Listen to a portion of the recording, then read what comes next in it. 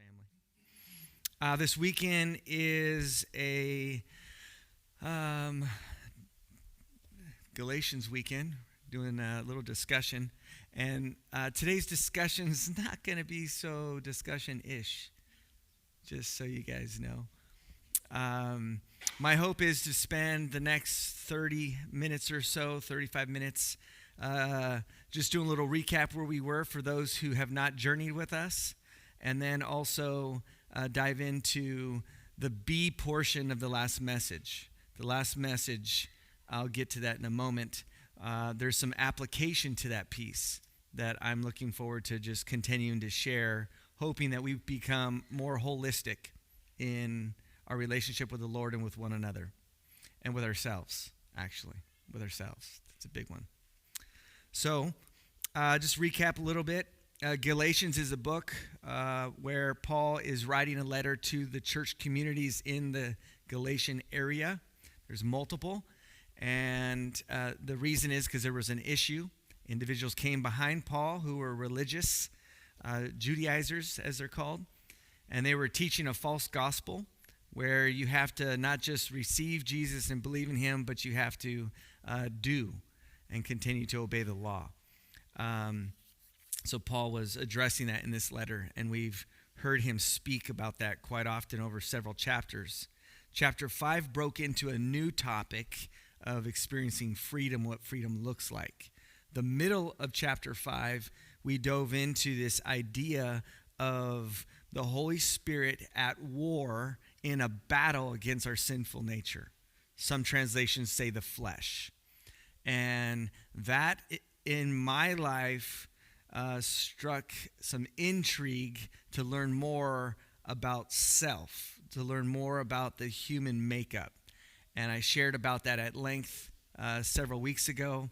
I carried the image over so we can see it, looking at where is the sinful nature, where's the war take place. And so we talked about the will.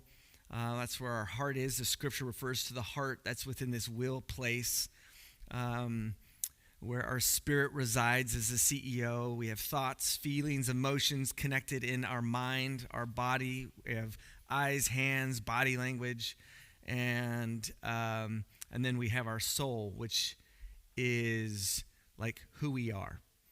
And we talked about that. We ended that section in chapter 5 where Paul says, this war that's being waged with the spirit and your sinful nature is whether you give ground to the sinful nature, you give ground to the spirit, you're going to see fruit. If you give ground to the sinful nature and you went into the specific fruit of the flesh, and we looked at that in several verses. I believe it starts in verse 19.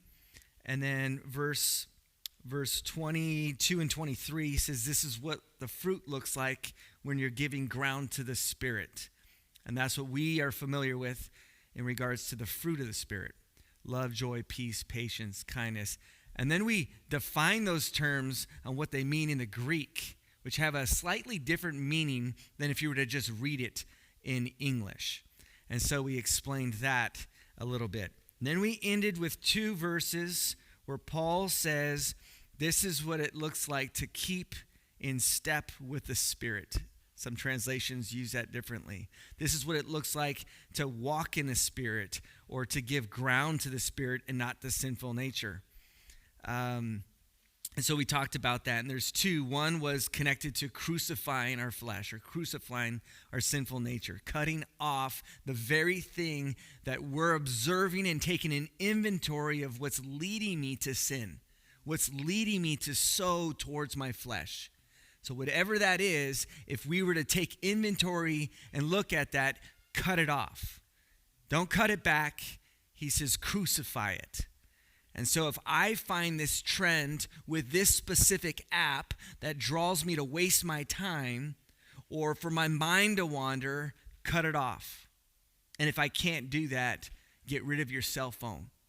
Make it black and white. Make it a dumb phone. Go back to a flip phone. Whatever it is, that's part of carrying our cross daily.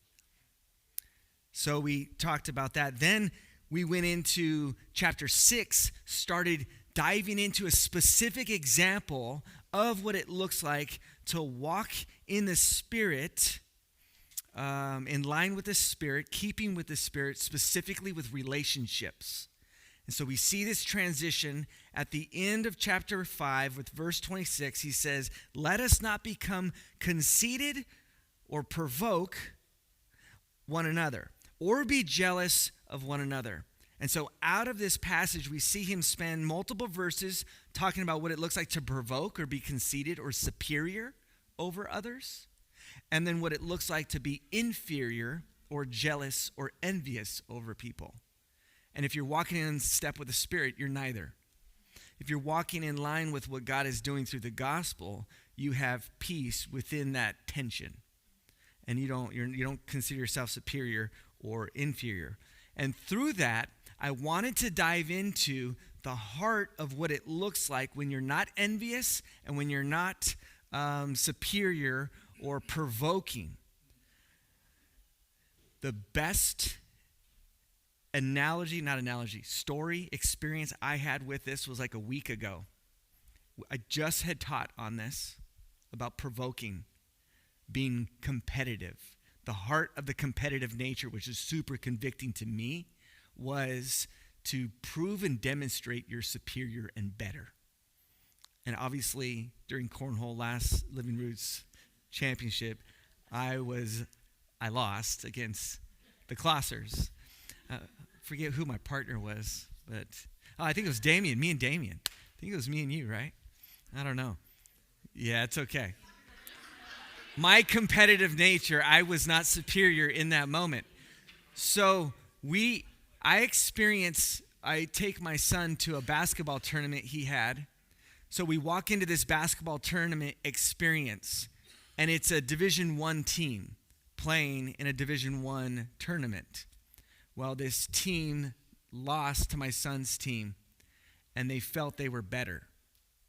And so instead of just ending the game and leaving, parents of 8th graders started provoking some kids on my son's team and said, "Why don't we do one-on-one right now?"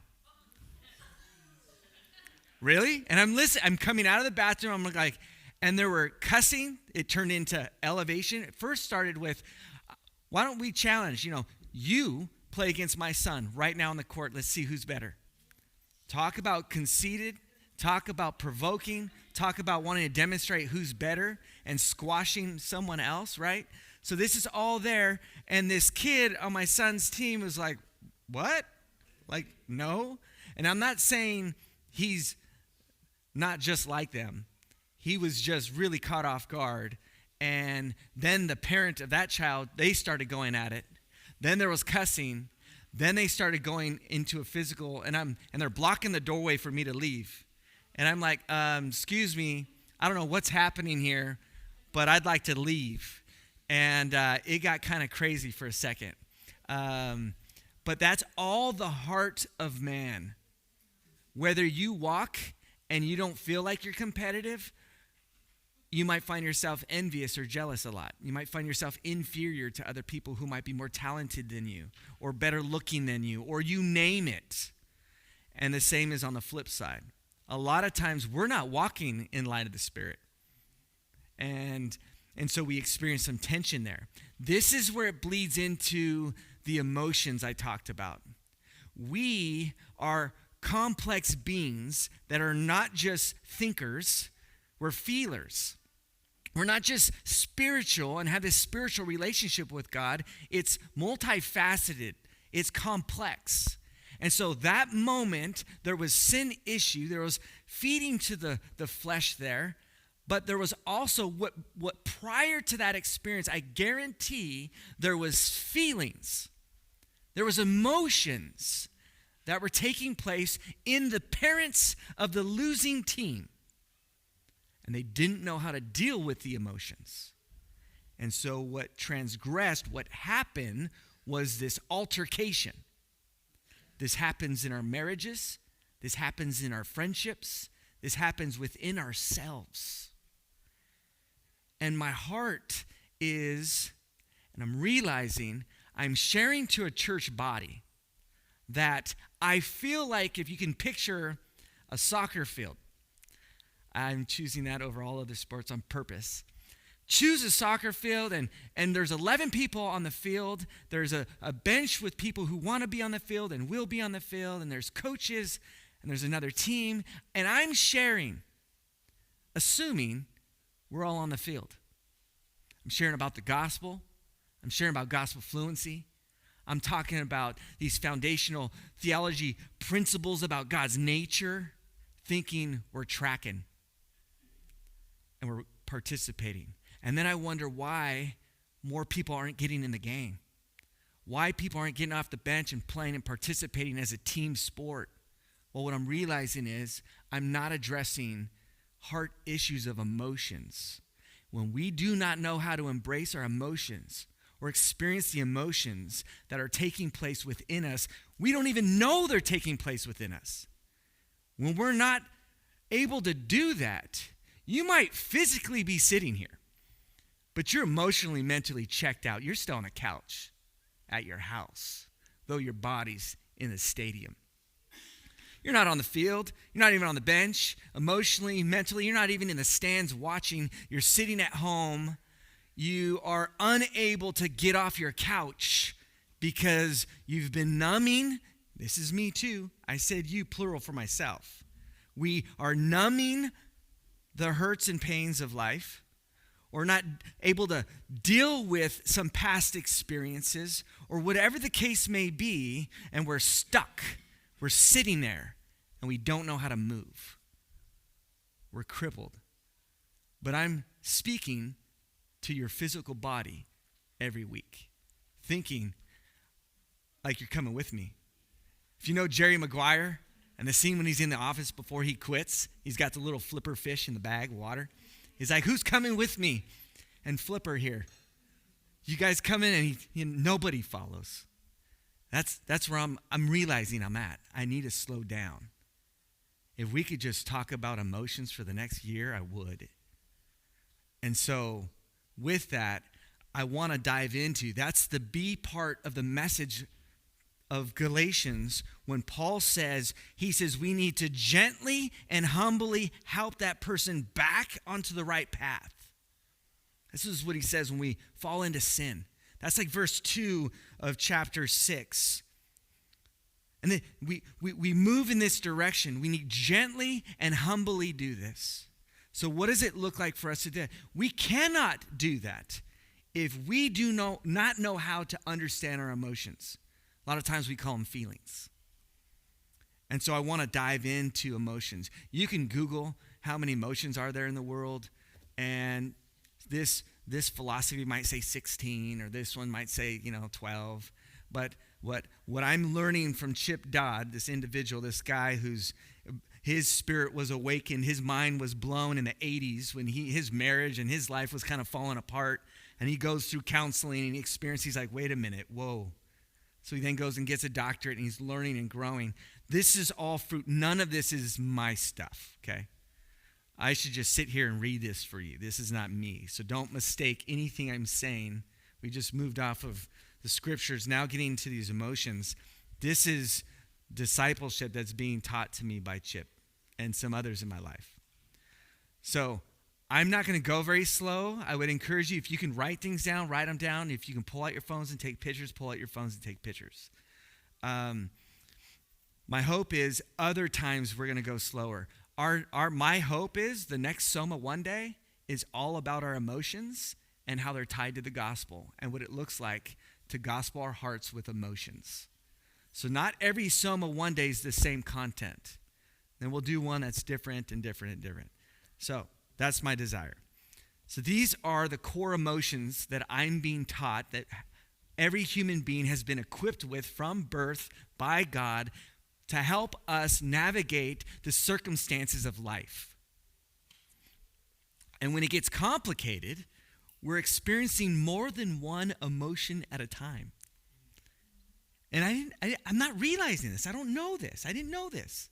So there's fear, there's hurt, there's sadness, there's loneliness, there's anger, shame, guilt, and gladness. at first glance, we can see, why is there only one positive emotion? There's only one really fun looking, happy feeling up there, right?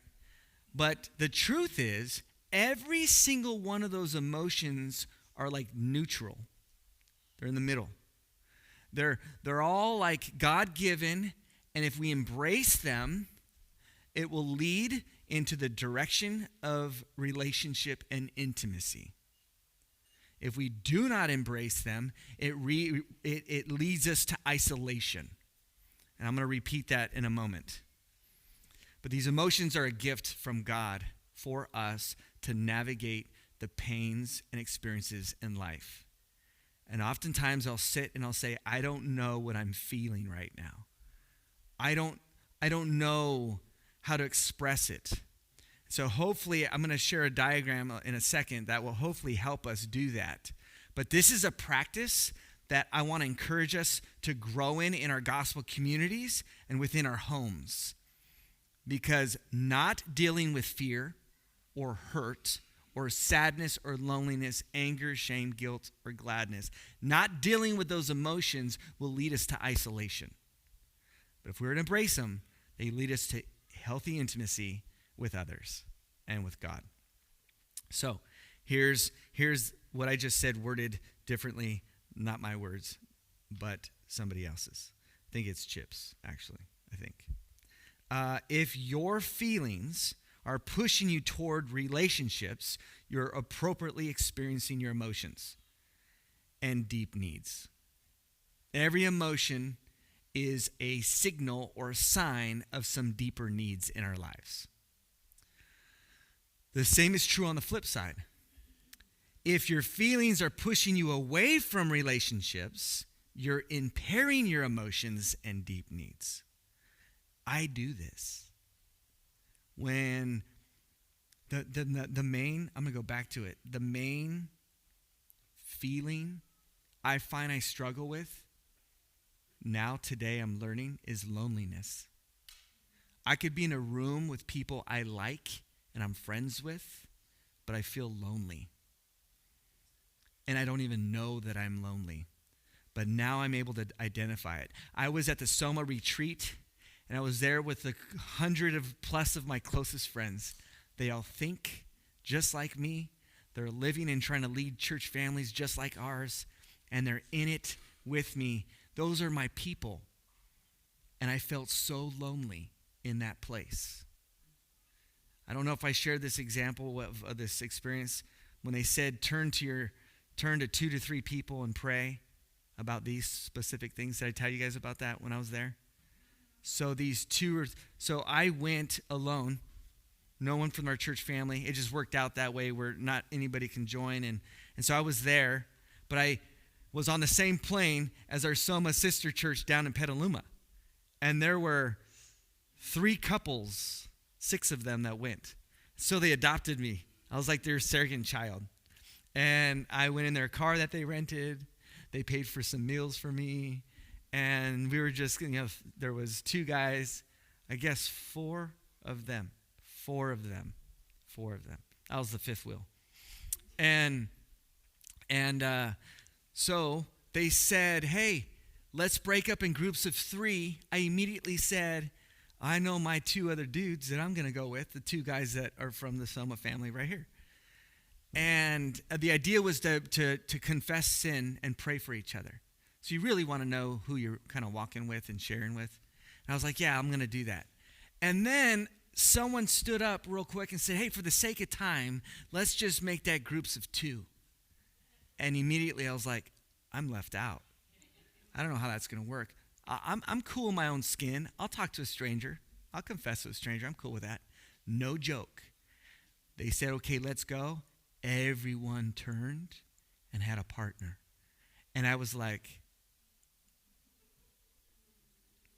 maybe the sound guy. I looked back, there was 2 people in the sound booth meeting. I was like, no way. So I literally kind of crunched down and going, is this really happening? I did not know I was experiencing loneliness. I'm learning. And so I was experiencing loneliness. And when you experience loneliness, it's oftentimes not shadowing, but coupled with other feelings. And you need to unpack that. So I'm sitting there and I'm like just shrinking in my chair. And I'm like, no, I'm outgoing, I'm extroverted, I can do this. So I was like, I'm going to go to the lobby and I'm going to find someone out there. So I got up, confident in my own skin, and I walked to the lobby. You guessed it, 2 by 2, 2 by 2. And so then it was really awkward, and I was standing there, and there was less people in the lobby, so it was more clear I'm alone. Nobody's paying attention to the loner because they're all talking about deep things. And so I was like, okay, well, I kind of have to use the restroom anyways. And I hid in the restroom. And I was just like waiting, going, I wonder if they're done yet. And I didn't know how to deal with these. With all emotions comes sensations, physical things you'll feel in your body. And my heart was pounding. My hands were getting clammy. And so I was experiencing sensations with this emotion of loneliness that I didn't know what to do with. You could be meeting with one other person over coffee. And if you don't feel known, heard, understood, they could be your best friend in that moment. And they've walked with you for 12 years. But if you don't feel in that moment that they understand in an empathetic way what's happening in your life, you might feel the emotion loneliness. And that emotion loneliness is going to point, when you start digging, pull out your shovel, you're going to be like, oh, that makes me sad. Or it might go in the direction of, that hurt me. It's so important for us to be able to do this. And I feel the responsibility to help equip us in how to do this. Because if we don't, I'm going to sit in the bathroom on a toilet. I didn't do this. I'm going to sit in the bathroom on the toilet and go through Instagram to numb the feeling of loneliness. And start like hiding from that and just distracting myself from the hurt or the sadness. And then what that does, if we want to keep talking about this, it's not in my notes, but if you want it, then what that does is it isolates me from relationship, and it starts putting a blocker on intimacy with people. And then before I know it, you launch 5-10 years from now, I don't know how to be close to my wife. I don't know how to have intimate conversations with another human being because I numb all of these emotions for so long in my life. When God says, no, these emotions are a gift, anger is a gift. I'm going to do it. I'm so sorry. Anger is a really, really good thing. It's a good emotion. If you don't have anger, you're empathetic. Like you don't care about the injustices. Apathetic. Thank you. Thank you very much. Thank you. Recorded apathy. Apathetic.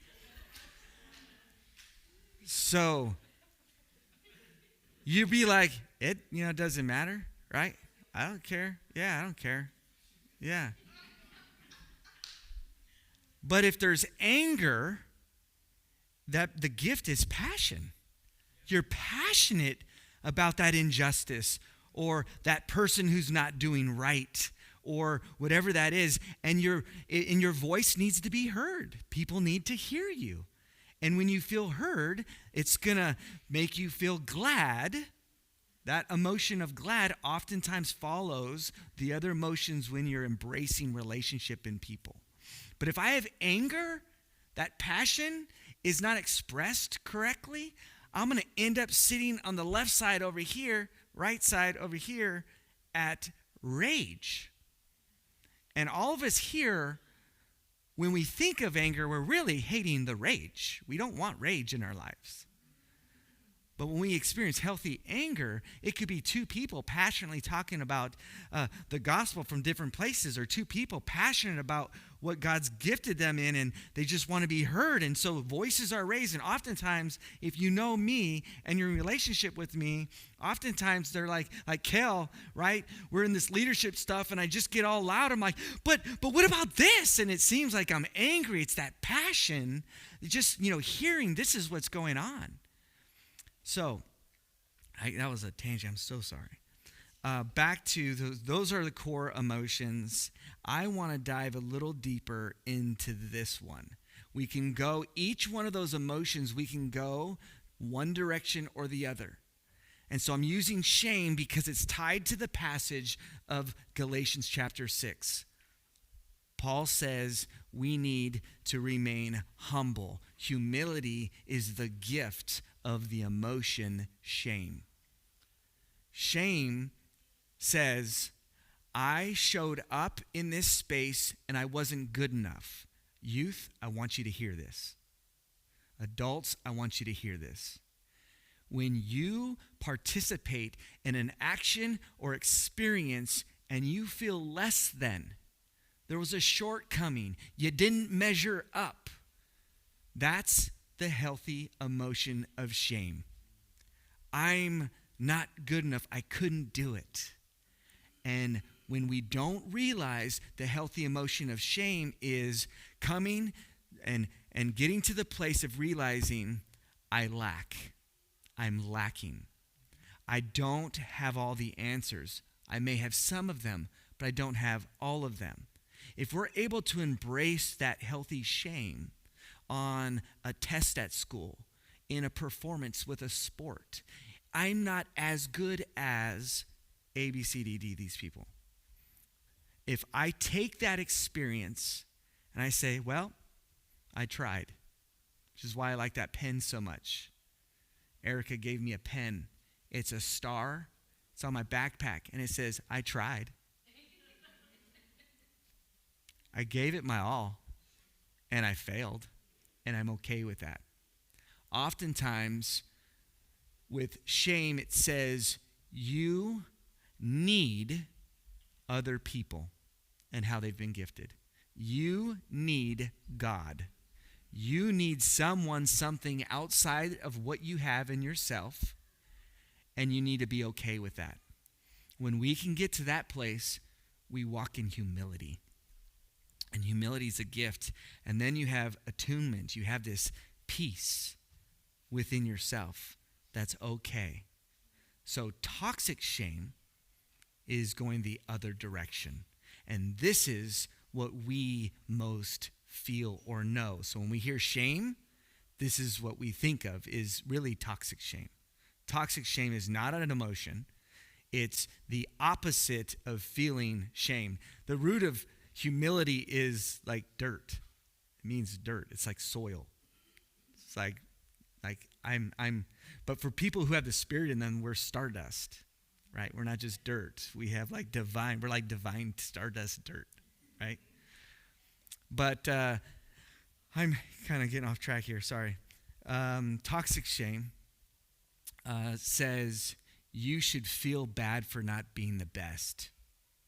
You should feel bad for being in need. You should feel bad for needing somebody else and can't do it on your own. Shame on you. And that's toxic shame. And so it leads to self-contempt and it leads to hiding. So self-contempt, a strong feeling or disliking specifically or lack of respect towards yourself. And then hiding is what it says. You want to hide in the bathroom in Fort Worth, Texas, because you feel shame. So that's the unhealthy direction with shame, the healthy direction. And there's so much more I could talk about with shame, but due to time, I'm going to keep flowing. So, anyways, I'm going to give a statement here. Shame is the emotion, shame is the emotional and spiritual recognition that I can fail and I could do harm, but I can also succeed and love. We tend to hurt other people when we're walking in toxic shame.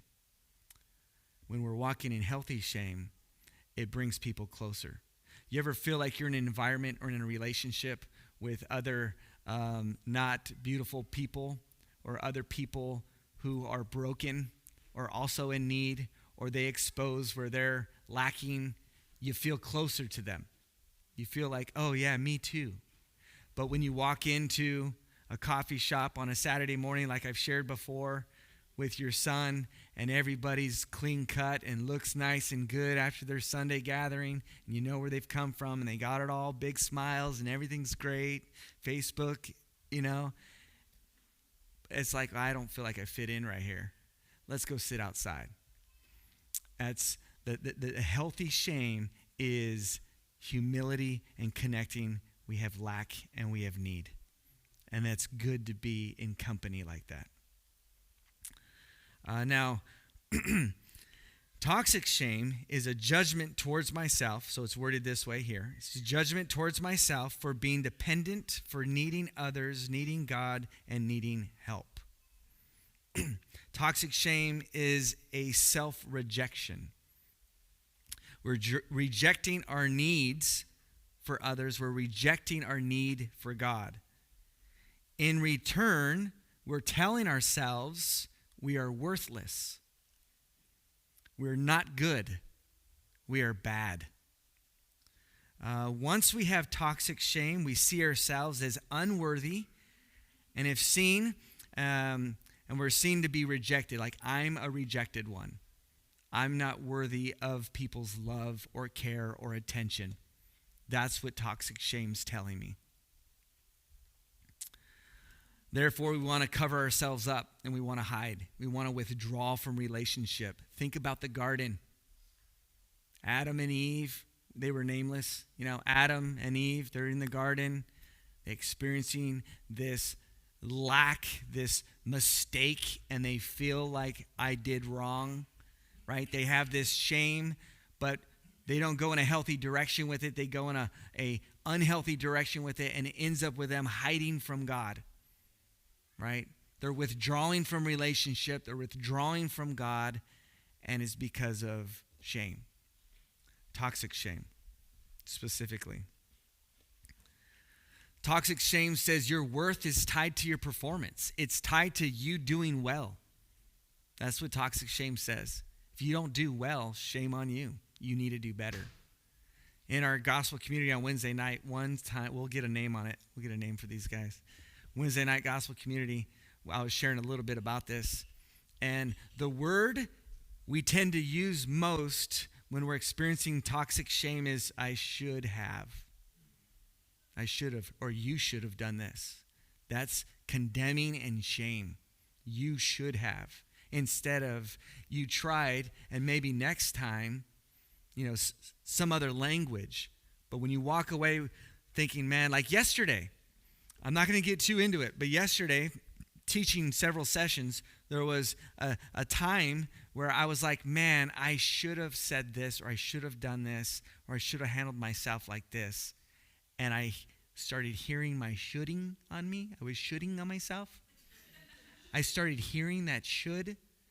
And I realized, because I had this conversation with this gospel community, once you start hearing yourself speak in the should language, it should trigger, it ought to trigger, where are my thoughts going? What emotion am I running from? Because it's so natural to go in a negative direction and not embrace our emotions. Toxic shame makes us want to make up stories. And I do this mostly with my wife, where I don't lie, I'll just not tell the full truth. Like if I accidentally invite too many people to a party for Super Bowl, and she says, well, did you invite them? I said, no. I just asked them what they're doing. That's this making up a story, a white lie, not the full truth. My shame, I don't want to feel shame. I don't want to feel bad, so I'm just going to make myself look better. I'm going to pretty myself up a little bit with my wife. Toxic shame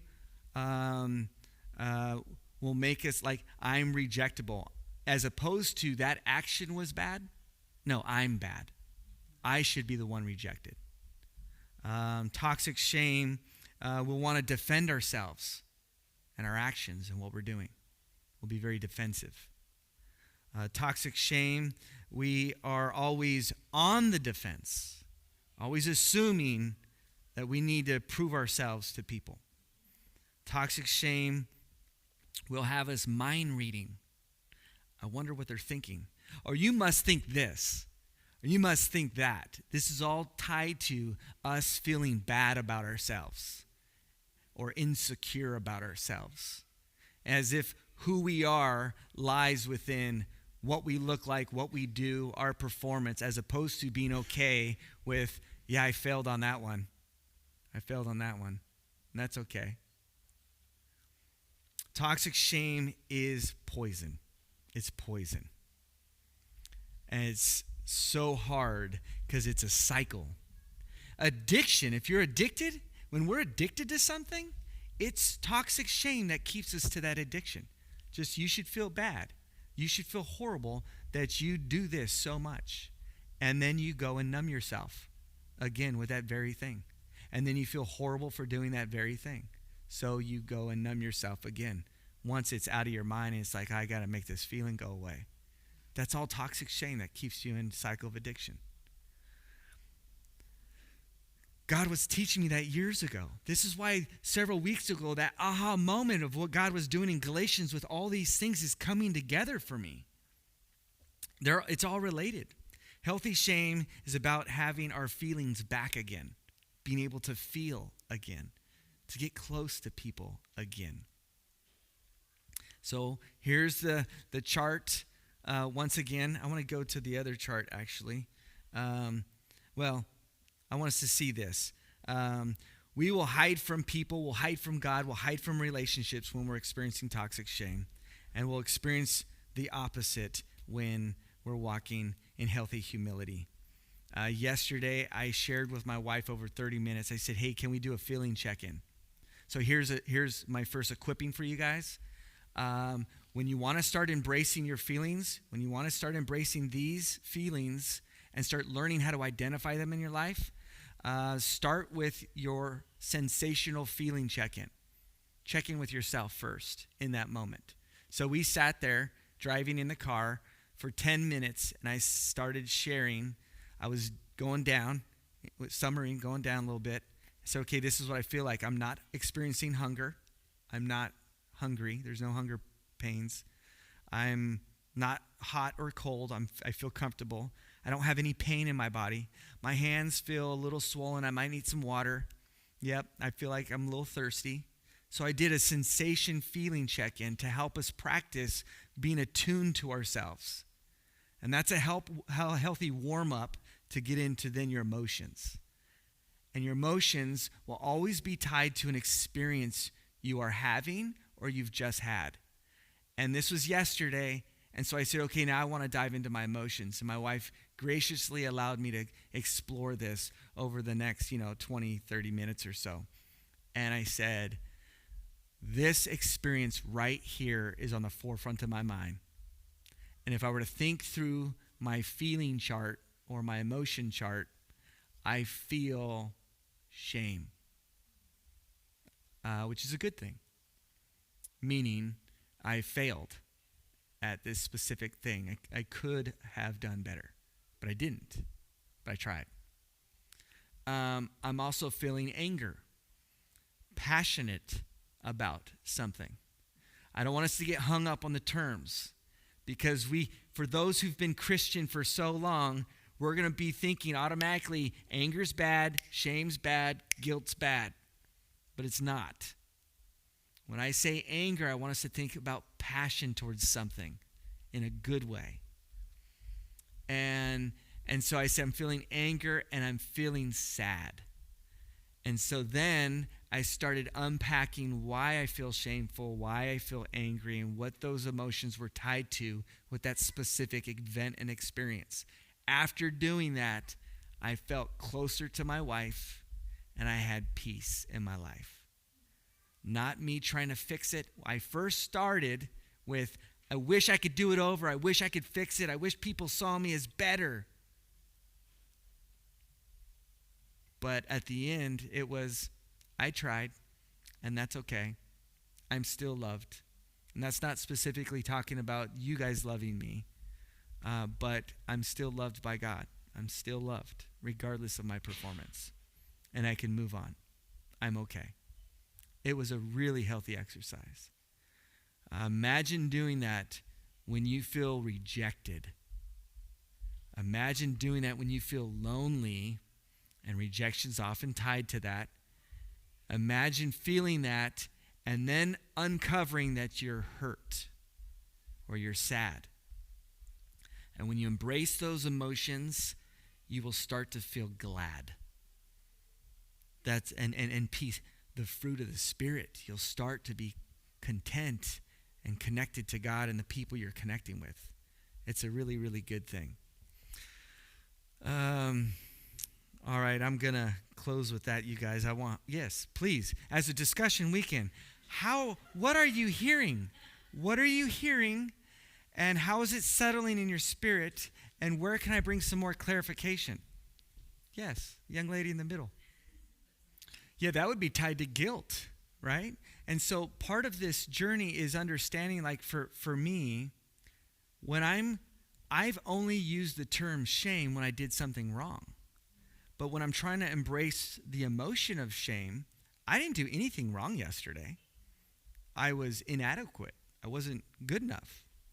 And there are going to be times where I feel the emotion of shame because I didn't perform the way I desired, or whatever the case might be in any situation. And then it's like, okay, how do I deal with that feeling? But then there's times where, because I've only been addressing guilt and shame spiritually with transgressions. I'm trying to move us into a direction of dealing with those same terms. I wish I could rename them for them to be different, to not confuse us. But there's overlap because we're complex beings. So there is going to be times where we are going to have to grow and learn when we're using the term guilt or shame to explain I'm referring to my feelings, and use the word right next to it. So this word, every single emotion is going to have a word next to it, like humility. I'll bring out a chart like that. And so if I say, hey, I'm feeling like I was just humbled in this moment, to not confuse us with shame. Or instead of confusing you about anger, because a little earlier I said I had this anger and I got some eyes, from a couple people like, what? I could say I was really passionate, to not confuse us, right? But I want us to understand the emotional names that I'm being taught, we're being taught, and where we're growing in. But for people who don't understand those, you can use the terms of passion, humility. I'm right-sized. I got put in the right. This is where I really belong, right here. And that's a healthy thing. Any other thoughts? Yeah, I would say your sin happened before you yelled at your child. Sin is self-focus. Sin, the root of sin is pride. When I'm self-contempt, when I have that, that's the moment of sin. The moment I shift from shame into a negative direction and I'm focusing on self in a negative way, in a way where I'm the center of my universe. I'm now the one to be worshiped and concerned with and thought of. That is a place that's unhealthy. And so I can move in a direction to left or right, whatever direction we want to call it, and experience the numbing motion of those feelings. Yes, the actions need to be repented of, but also, Lord, forgive me for not thinking of you and being more thoughtful of what you think about me. And there's like so much wrapped into it connected to sin than just the transgression or the physical action. So now we're going to get into these more.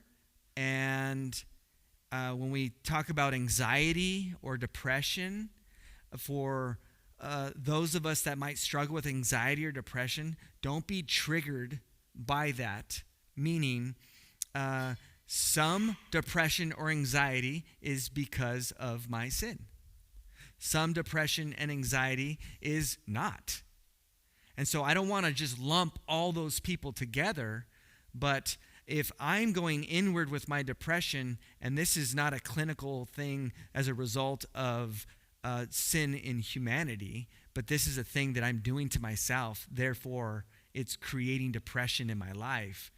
You know, all that's connected to sin. So we just now move, and this is where it's complicated, because we're embracing the emotion, but there's also the spiritual component of it. And that's where I've been sitting all my life in ministry. And I've not talked holistically about us. And it'll be super helpful, and I think it'll help us get off our couches, experience some healing, and drive emotionally with our bodies to the soccer field, and there might be more engagement, and you'll have our truer selves involved in what's going on. You had a hand? Yep. And a lot of it is once we're being made aware, we might have fear. Feel the feeling of fear of, well, I don't want to be exposed, or fear of what if I can't get better, or fear of, and so it's just another emotion to embrace before you can get to this one and then this one and then this one. So it's definitely a journey. Adam in the garden hid from his emotions. And in another garden, the second Adam, Jesus, didn't hide from his emotion, his inadequacy, his fear, or his, God, I can't do this, take this cup from me. And whatever that was, he was embracing, and he invited his closest followers in to experience and witness him in his humility, his ability of, in him himself, he can't do it. And so by God's grace, may we embark on this journey of becoming more holistic people and have grace with one another as we fall short in being able to embrace our feelings or hiding again, or here goes art, whatever that is. Continue to not, oh, you're doing this, oh, you must be doing this. Like, let us walk in grace with one another as we journey with the gospel, with our emotions, and by God's grace, he's going to teach us more and more how to intertwine the two in a beautiful way. And I believe there's great to be had for our church family and others as we continue to teach and share with other people God's goodness. God's goodness. Father, we give you thanks for today. We pray that you would continue to minister to our hearts in a mighty way and teach us as we desire you and ultimately intimacy with you and intimacy with those that you've placed in our lives. I pray healing over each person and relationship in this room and in our church family that have experienced hurt and pain and tragedy, and also have hurt others in their lives. And that's just a byproduct of not understanding emotion and feelings and how to handle those, Lord. And so I pray that you would grace us by restoring all that the locust has destroyed in our lives, as you did and exercised in the book of Joel. And so may that be the case in our lives today as we continue to stumble forward by faith, trusting you. We give you thanks and pray this in Jesus' name.